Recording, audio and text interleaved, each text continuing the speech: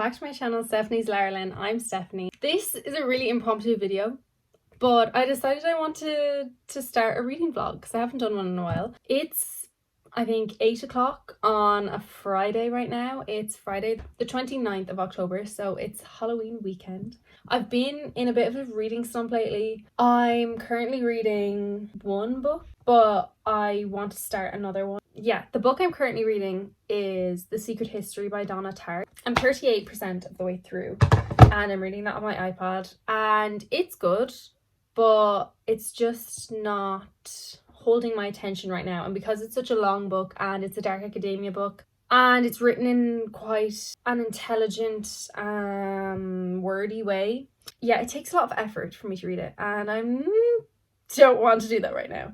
But today I actually got a new book. I got They Both Die at the End by Adam Silvera. I originally did not want to buy this book. I did not want to read it at all because I felt like there was just no point, because a lot of people do say, obviously as the title alludes to, that, spoiler, but also I don't think spoiler, they die at the end. So I was like, what is the point? Like, I really don't see the point. But one of my close friends actually read this and she said it was really good and she loved it, so I trust her opinion. So I got it today. That's what I'm planning on reading tonight anyways. I want to start this tonight and hopefully I'll finish it this weekend. I'm praying, because I need to finish another book. Like, I haven't been finishing books lately. I've just been DNFing them, like I've said. I decided to start this vlog anyways, so I hope you enjoy, and thank you for coming back to my channel, and I'll talk to you when I'm reading.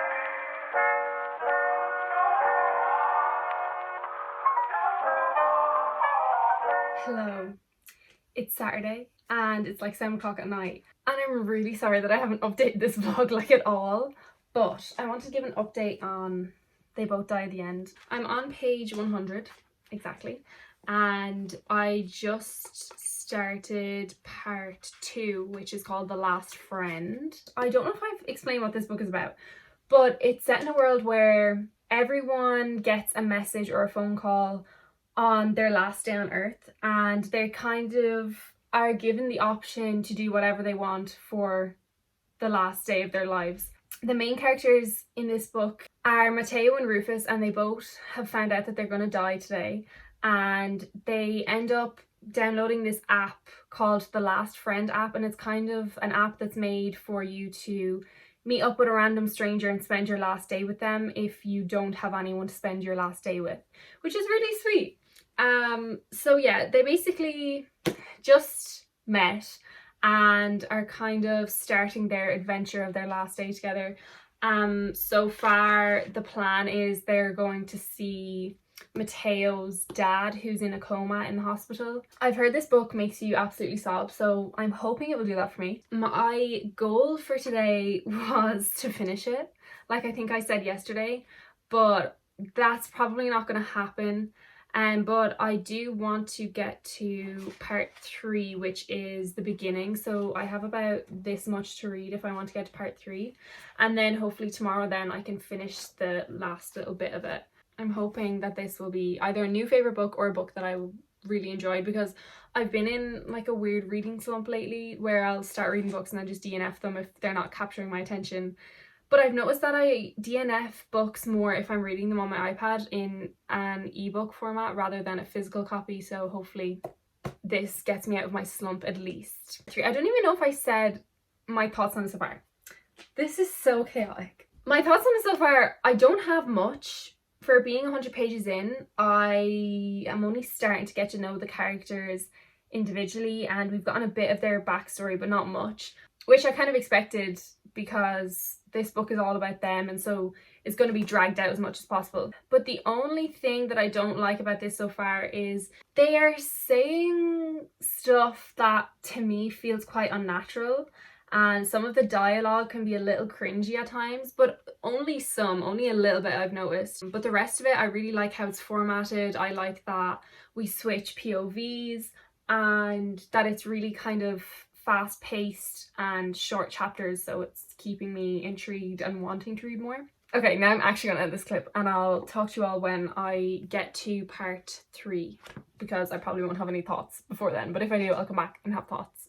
I'll come back and talk to you about those thoughts if I do have them. 20 to 10 right now, and I just reached part 3, which is the part that I said I would stop at tonight, so I only have this small bit left. I don't really have much updates, but I just wanted to say that so far it's good. I'm enjoying it, and I'm not as attached to the characters as I thought I would be, so I don't think I'll start crying at the end like everyone says. Then again, I could be really making a fool of myself by saying that right now and then cut to a clip of me absolutely sobbing. Right now it's kind of sitting at maybe 3 stars, just because I don't love it and I don't hate it, you know? And it's a really interesting concept. I feel like there's so much that could have been done with it, and maybe it's just because it's like a YA book. I think it could have been turned into a really deep philosophical novel, but it's not really being done like that, and it's a different type of approach, which I can appreciate. For a book like this, I'm kind of looking for something different. It kind of reminds me of The Midnight Library by Matt Haig, if any of you have read that.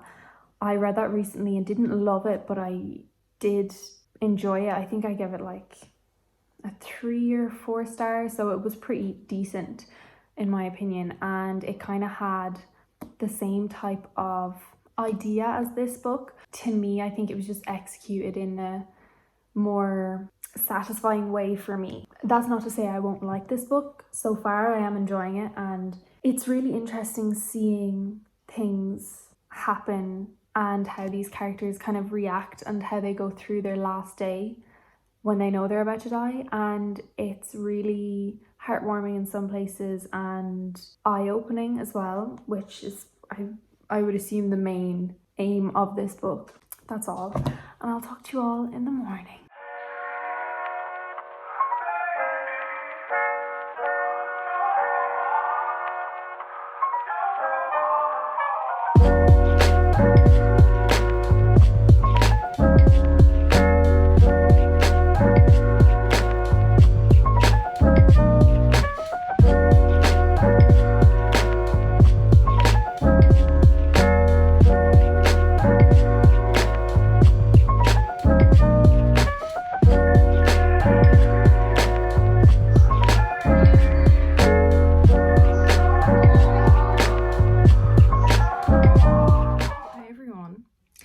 It's Sunday now, today. It's the 31st of October, it's Halloween, and I just wanted to kind of wrap up this vlog because I actually finished They Both Die at the End this morning, and I didn't cry, sadly, but I did enjoy it and I did tear up a few times.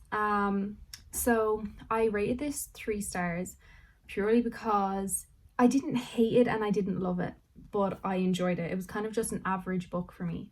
And I think because I had so much hype in my head about it and I was expecting to cry and expecting to be heartbroken, and I knew at the end that the title is like the title, you know? So I wasn't completely like blindsided by it. The foundations were there for me to love it and for it to be a favourite book, but it just didn't really work out that way for me. But nonetheless, I still enjoyed it and I'm still glad I read it.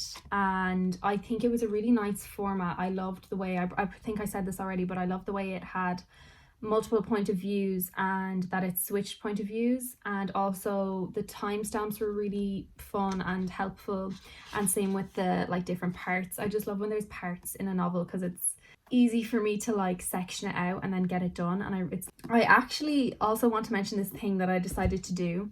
I have been watching a few like book journal videos lately, and I've been watching one in particular, Steph Bower, which I think I've mentioned her on my channel before, and she has a book journal that is basically just her spoilery review and all her thoughts on the books she's read. And I decided I want to do that for myself because I did want to do reviews and I never actually end up doing them because I'm just really scared that like my reviews won't be educational enough and like comprehensible enough to be understandable. And also I find it really hard to talk about books and not include spoilers. So with this, it's just for me so I can include spoilers. Yeah, so I just decided to do that, and it's really fun because most of the time after I read a book, I'll just remember if I loved or if I hated it, and I'll remember some things, but unless it's like a really favorite book, I won't remember different aspects that I really enjoyed and really appreciated in the book. So I think it's nice that I'm keeping track of it. And I'm just doing it in the exact same setup as Steph does it herself. So, oh, actually, I probably shouldn't show that. Let me just do this because it is spoilery, but that's a page for quotes. And then I just have all my thoughts on this page. Yeah, but I'm just going to talk about a few things that I wrote down that I liked and didn't like about the book. So I love the concept of it, and I thought it was a really interesting and unique perspective on a futuristic dystopian world. It was quite similar in concept to Scythe by Neil Shusterman,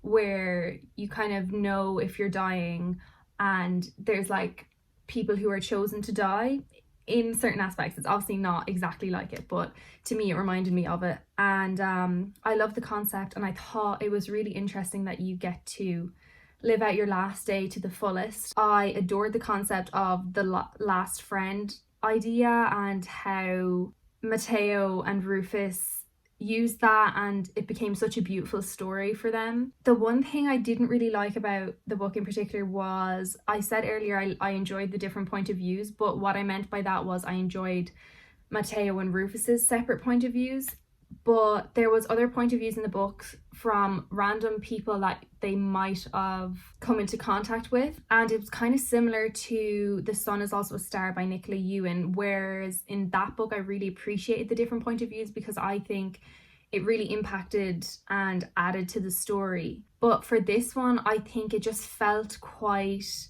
of a big break in between Matteo and Rufus's storyline, and it didn't flow properly, and I felt they were kind of insignificant points of views that I didn't need.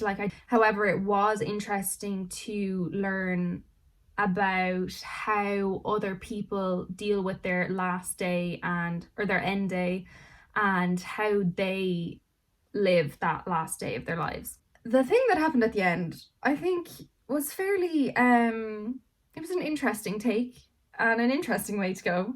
But overall, I really enjoyed the book, and it was a nice, intriguing and eye-opening read, and it had a lot of important and powerful discussions in it. I would recommend this book to most people if they just want a quick and easy read, and I think it was just me that I didn't appreciate it in the best way because I had hyped it up so much, but I think it can be a really amazing and favourite read for a lot of people, so I would still recommend it to everyone. Thank you so much for watching this video. I'm sorry it was like a chaotic kind of vlog and it was only a little weekend vlog. I'll see you in my next video, and subscribe to my channel if you'd like to, and like this video.